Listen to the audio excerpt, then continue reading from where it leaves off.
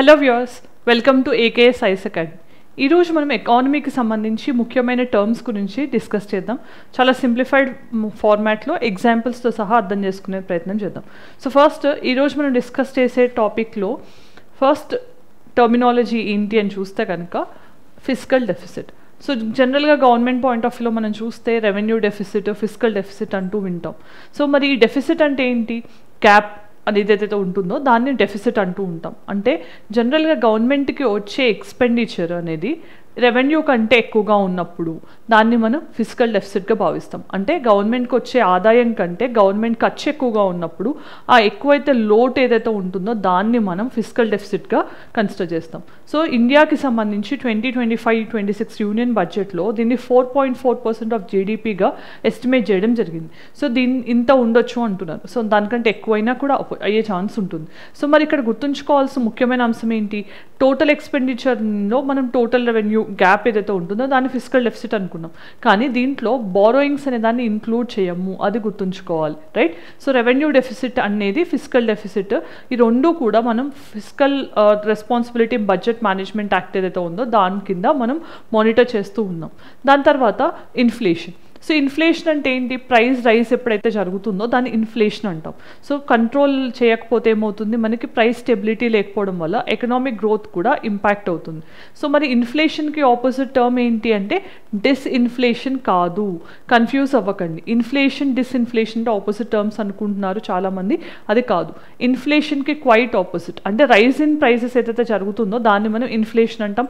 Fall in prices అయితే కనుక దాన్ని డిఫ్లేషన్ అంటాము. ఇది గుర్తుంచుకోండి. డిఫ్లేషన్ అంటే కనుక fall in prices.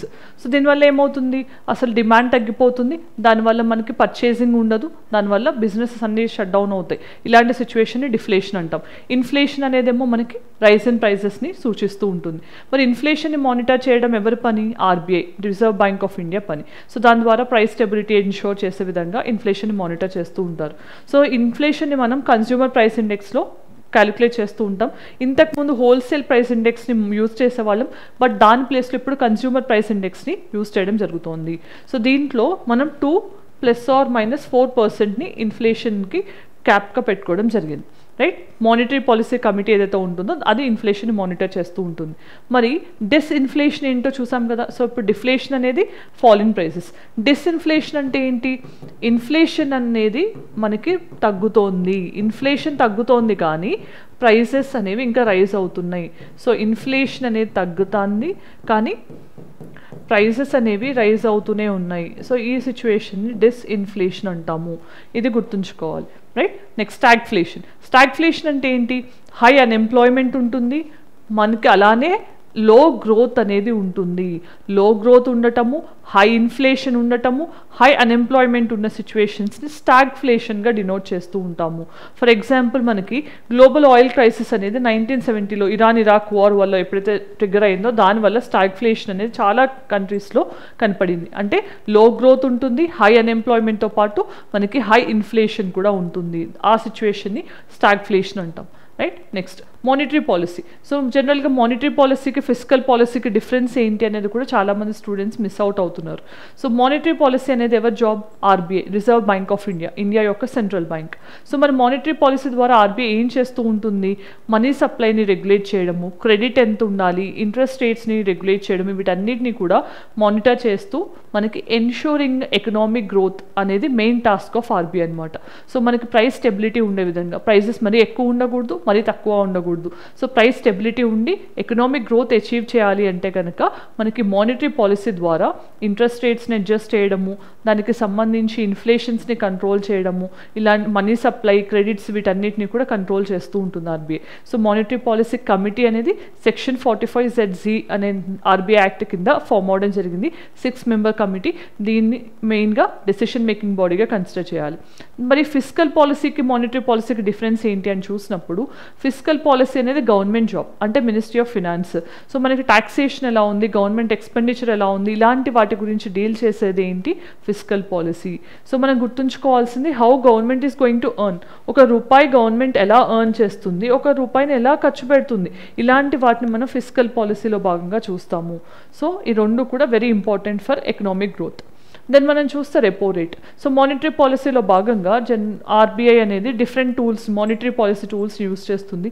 So repo rate అని, రివర్స్ రెపో అని, క్యాష్ రిజర్వ్ రేషియో అని, స్టాట్యూటరీ లిక్విడిటీ రేషియోస్ అని, ఎస్ఎల్ఆర్స్ అని, సో మనకి G-SEC, ఓపెన్ మార్కెట్ ఆపరేషన్స్ ఇలాంటివి చాలా చదువుతాం మానిటరీ పాలసీలో. కానీ రెపో రేట్ అనేది చాలా ఇంపార్టెంట్ ఇన్స్ట్రుమెంట్, ఎస్పెషల్లీ ఇన్ఫ్లేషన్ని ట్యాకిల్ చేయడానికి.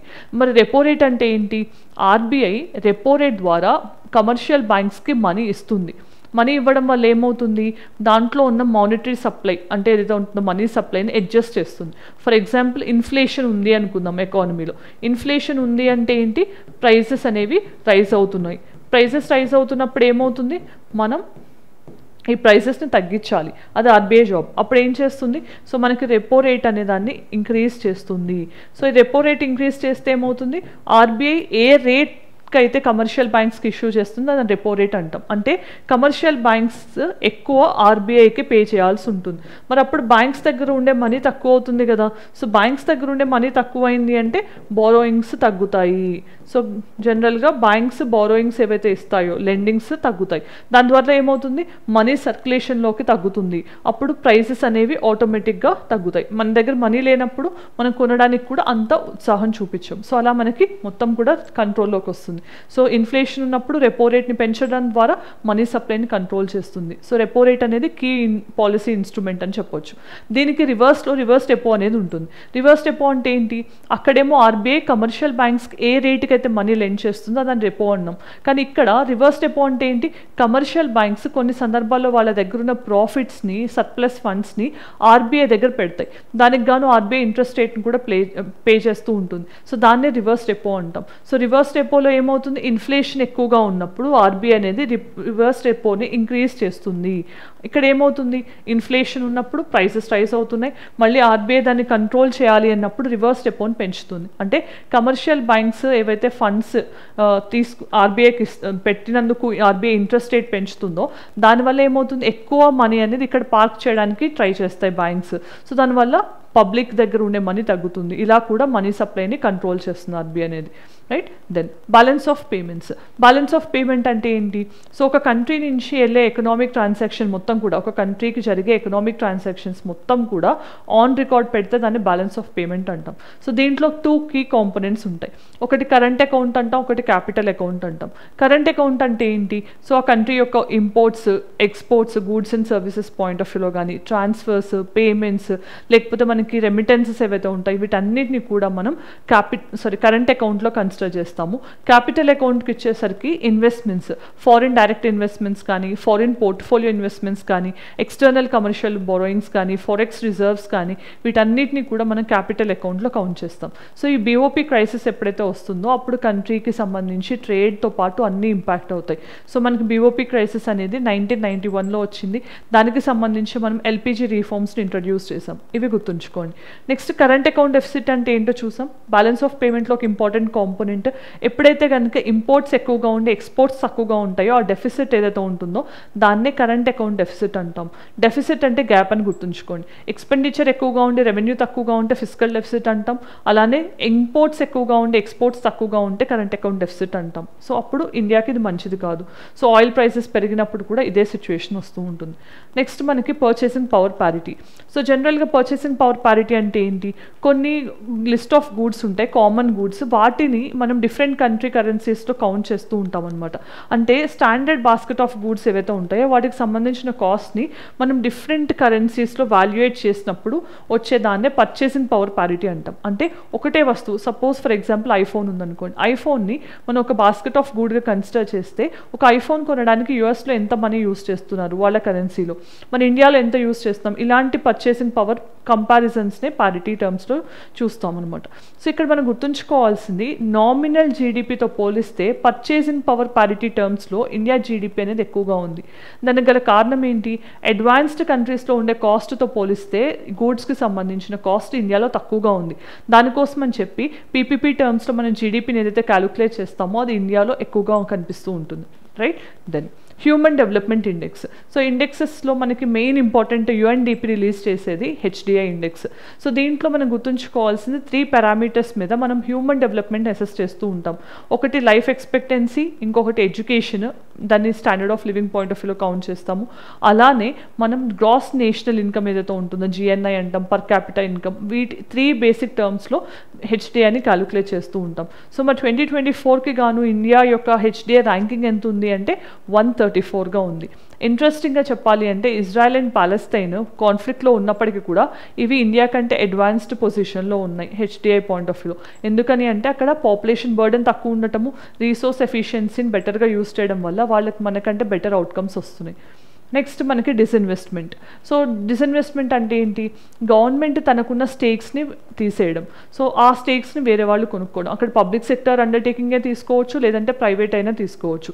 సో గవర్నమెంట్ తనకున్న స్టేక్స్ని వేరే వాళ్ళకి ఎప్పుడైతే విత్డ్రా చేస్తుందో దాన్నే డిస్ఇన్వెస్ట్మెంట్ అంటాం. సో ఇండియాకి సంబంధించి డిస్ఇన్వెస్ట్మెంట్స్కి ఒక ఏజెన్సీ ఉంది, దీపం అనే ఏజెన్సీ ఉంది. So disinvestment and privatisation, public asset management అనేది మనకు ఉంది. సో దీనికి సంబంధించి మనం గుర్తుంచుకోవాల్సిన ఎయిర్ ఇండియాకి సంబంధించిన స్టేక్స్ని గవర్నమెంట్ ఎప్పుడైతే విత్డ్రా చేసుకుందో అప్పుడు వేరే వాళ్ళు దాన్ని పర్చేస్ చేయడానికి అవుతుంది.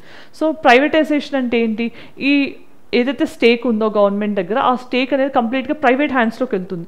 డిస్ఇన్వెస్ట్మెంట్లో గవర్నమెంట్ విత్డ్రా చేసుకున్నప్పుడు తన స్టేక్ అక్కడ ప్రైవేట్ అయినా తీసుకోవచ్చు, వేరే వాళ్ళైనా తీసుకోవచ్చు.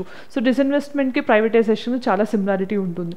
ఎయిర్ ఇండియా అనేది టాటా ఎయిర్లైన్స్ ప్రైవేటైజ్ చేసింది 2022 జనవరిలో. సో దాన్ని ఎగ్జాంపుల్గా కన్సిడర్ చేయొచ్చు.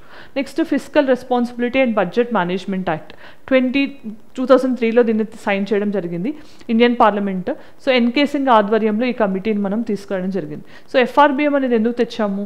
సో గవర్నమెంట్స్ అనేవి ఎక్కువగా స్పెండ్ చేస్తూ ఫిస్కల్ డెఫిసిట్ని ఎక్కువగా ఇంక్రీజ్ చేస్తే కనుక దానివల్ల మనం బారోయింగ్స్ తీసుకుంటాము, మన దానికి సంబంధించి ఇంట్రెస్ట్ పేమెంట్స్ చేస్తూ ఉంటాము. సో ఇలా ఎప్పుడు కూడా ఎకానమీలో ఫిస్కల్ డెఫిసిట్ అనేది మెయిన్ ఛాలెంజ్గా ఉంటుంది. మరి ఇలాంటి సిచ్యువేషన్స్ని ఓవర్కమ్ చేయాలనే ఉద్దేశంతో FRBM యాక్ట్ని సైన్ చేయడం జరిగింది, fiscal responsibility budget management act. So దీని ప్రకారం మనకి ఫిస్కల్ డెఫిసిట్ ఇంత ఉండాలి, రెవెన్యూ డెఫిసిట్ ఇంత ఉండాలి అని చెప్పి టార్గెట్స్ పెట్టుకోవడం జరిగింది. సో వీటిని గుర్తుంచుకోండి. Next twin balance sheet problem. So twin balance sheet problem అనేది మనం రెగ్యులర్గా వింటూ ఉంటాం. ఇదేంటి అంటే మనకి బ్యాలెన్స్ షీట్ అంటే ఏంటి? అసలు ఇన్కమింగ్ ఎంత ఉంది, అవుట్ గోయింగ్ ఎంత ఉంది, ఇలాంటి వాటిని చూపించేదాన్నే బ్యాలెన్స్ షీట్ అంటాం. సో మరి ట్విన్ బ్యాలెన్స్ షీట్ అంటే ఏంటి?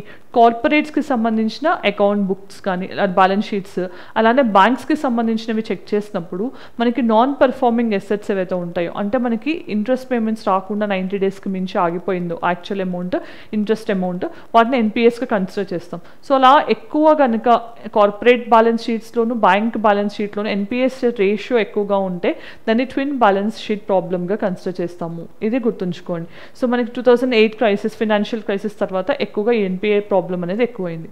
దీనికి సంబంధించి ప్రాక్టీస్ క్వశ్చన్స్ చూద్దాం. First question, consider following statements about fiscal deficit. So it is a gap between total government expenditure and total receipts excluding borrowings. Second, high fiscal deficit can lead to hire inflationary pressure. మరి వీటిలో ఏ option correct అనేది comment section చెప్పండి.